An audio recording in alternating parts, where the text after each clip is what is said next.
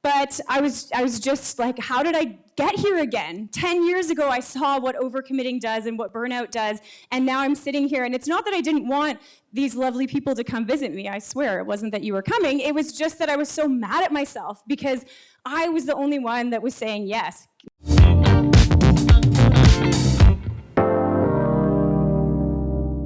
My biggest F-up started when I was 23 years old and I got my first job at a startup. I was about a year out of school, and I was hired as the second employee at a company called Sprouter, which was, thank you, Vince, whom I used to work with there and now works at Shopify.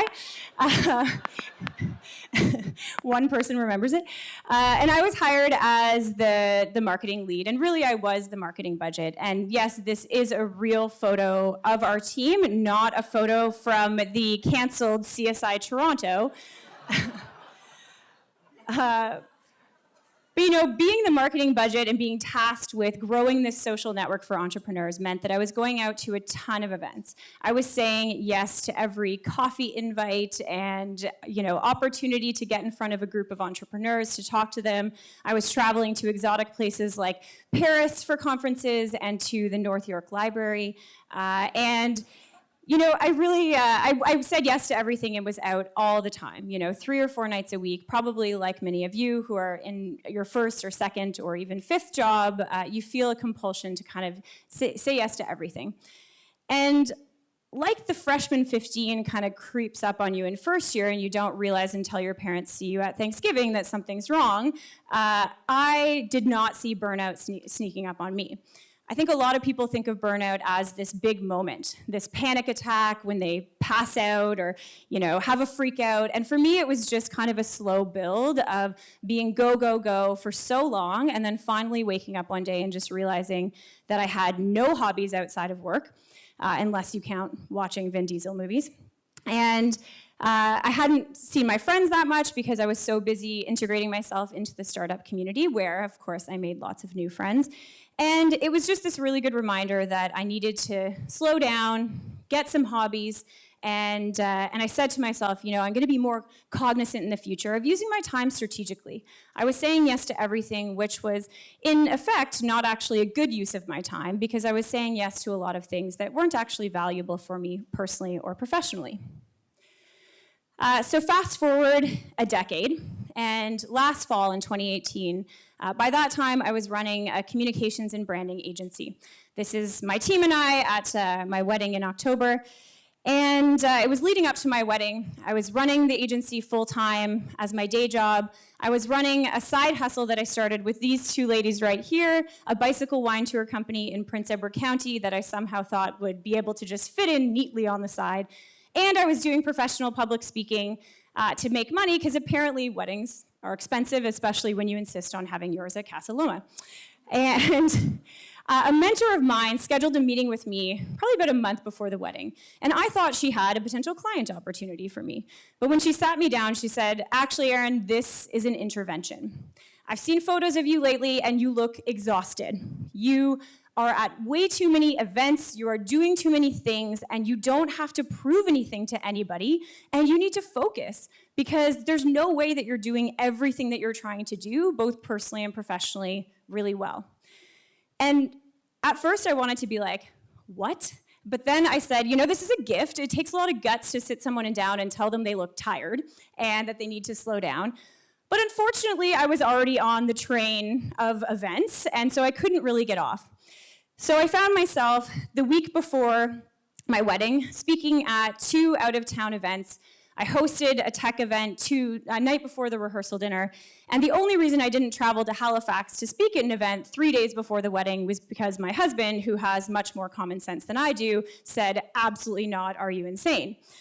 And what should have been this really exciting, relaxing week was so slammed that we had to hire an officiant to come to my agency's office and legally marry us because our actual officiant was a friend, because I couldn't make the time to go to City Hall and to actually go get married. They had to come to me, and it was more romantic than it sounds to get married at your office. So my F-up tonight is that I'm confessing that I am a serial overcommitter who has a huge problem with saying no, both to personal and professional things. And I'd like to say that I'm a reformed serial overcommitter, but that would just be a straight up lie. Just like it's a lie to say that the Fast and Furious franchise is not the best movie franchise of all time. Thank you, sir.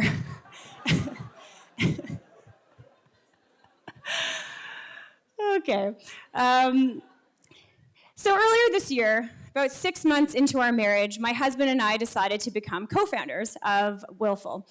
And you might think that being newlyweds and coworkers is the F-up that I'm here to talk about tonight. We do enjoy working together at least about 80% of the time.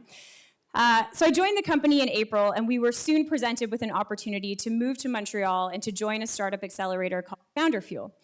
And when you decide to move to Montreal, you tell all your friends and family, and they're all really excited because who doesn't love Montreal in the summer?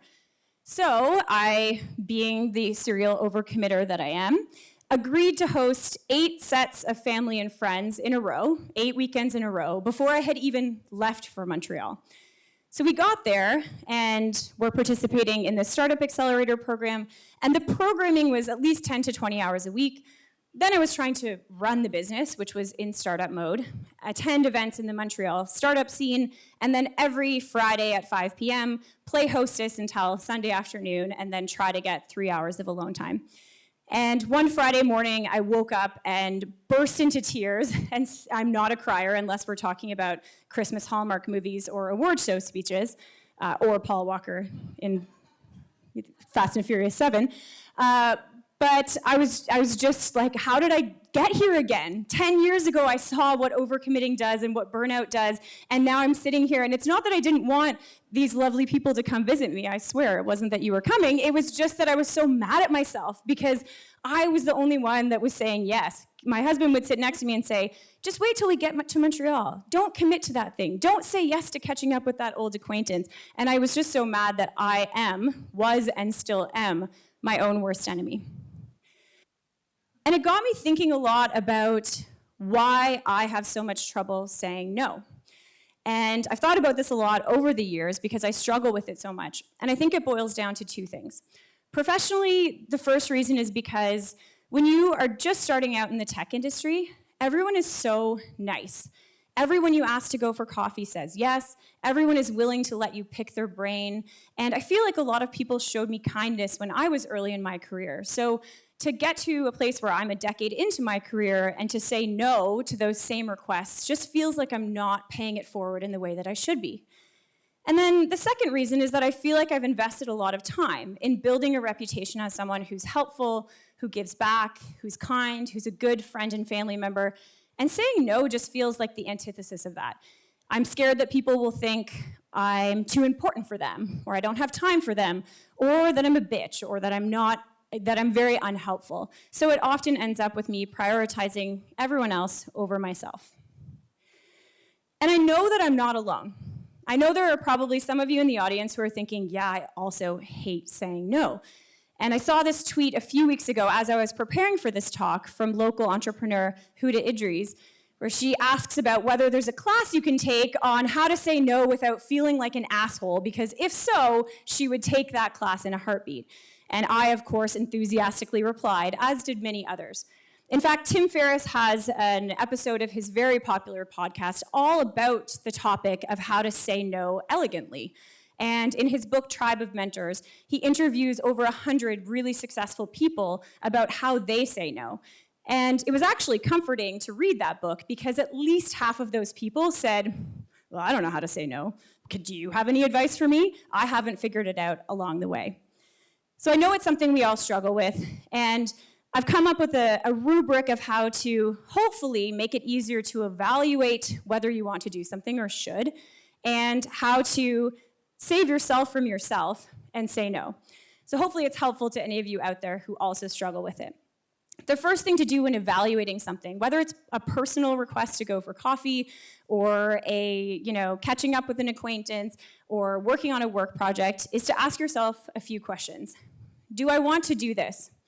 And will I want to do this on the day it happens? Because it's very easy to agree to catch up with someone or to participate in something 2 months down the line, but the day comes and inevitably you just want to curl up with Netflix.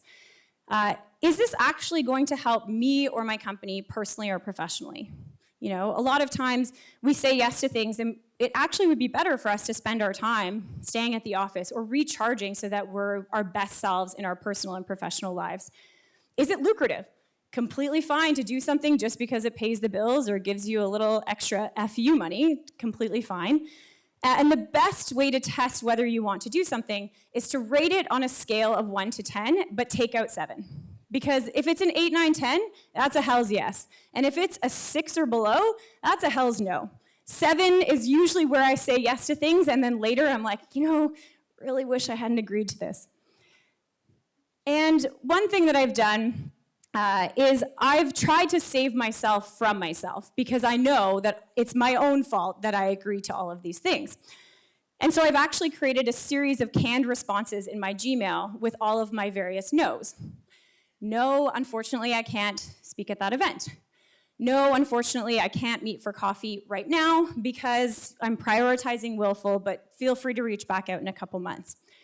And every single time I send one of these emails, I have a mix of guilt because I feel like I'm letting someone down, and fear that they're going to respond negatively.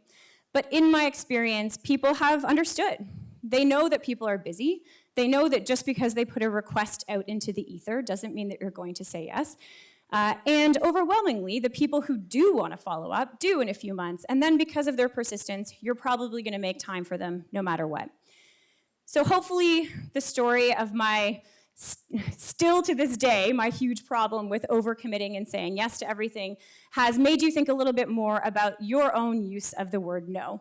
In my opinion, self-care is a huge trend in 2019, and saying the word no in a professional and personal capacity and freeing up your own time is the best thing that you can do for yourself. Thank you for listening. Have you ever failed in a project, career, or business? Whether you have or not, you can become a Fuck-Up Nights organizer in your city, company, or university. Learn how at fuckupnights.com. Join the movement. Fuck up the system.